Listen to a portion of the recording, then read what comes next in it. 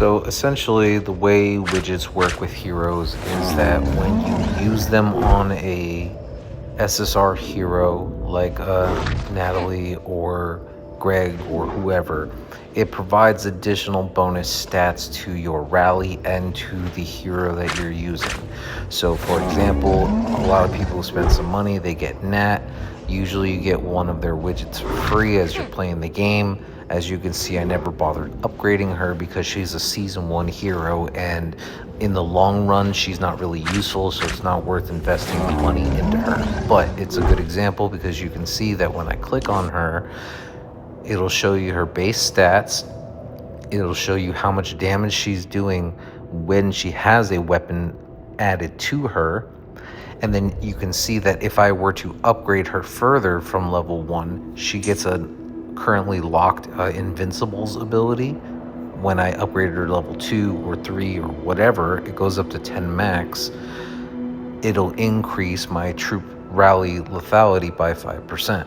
So it'll tell you, okay, well, here's the stats, how much I'll get as an increase, and it'll tell me that when I upgrade to level 2, I'll unlock the second set.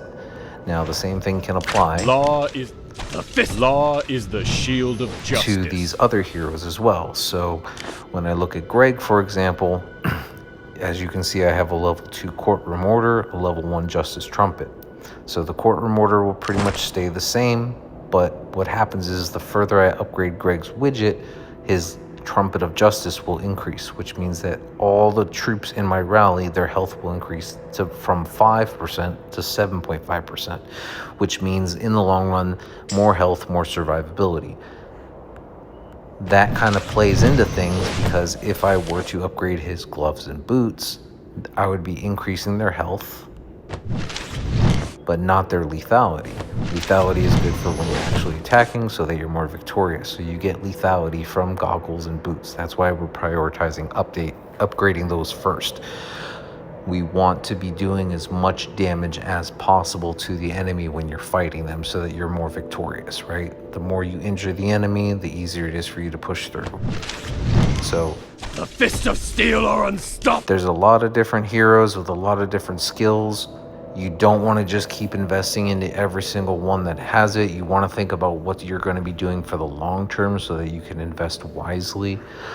So for example, I was using Logan for a little while as a defensive tank, but because his stats are not at level 10, it's kind of really a fall off and a waste of time for me to keep trying to push him further.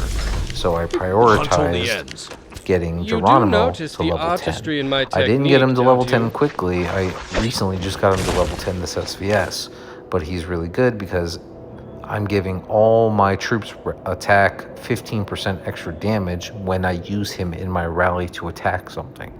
And that goes into his special ability You do that he notice has the here. If you artistry actually in click my on this little technique, widget, don't you? he has the Natural Leader level 4 perk. When I get him to 5 stars, if I ever do, it'll actually increase to 15% lethality and health. Okay. But obviously, Geronimo's one of those characters where you got to pay to play to get him. Now, there's other heroes that don't have those special widgets.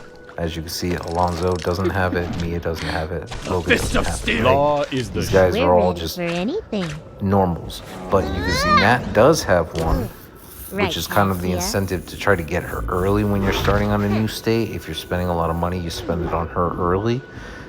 She will increase attack and defense by 10%, which is really good in Season 1 when you're trying to, hold a tower for a long time. You want to use her as that tank, that front line. If you don't have a Geronimo, that's 5 stars, because when, a new state starts, nobody has a 5-star Geronimo. But you can pretty much pay to have a 5-star Nat maxed out. So hopefully that kind of explains it a little bit.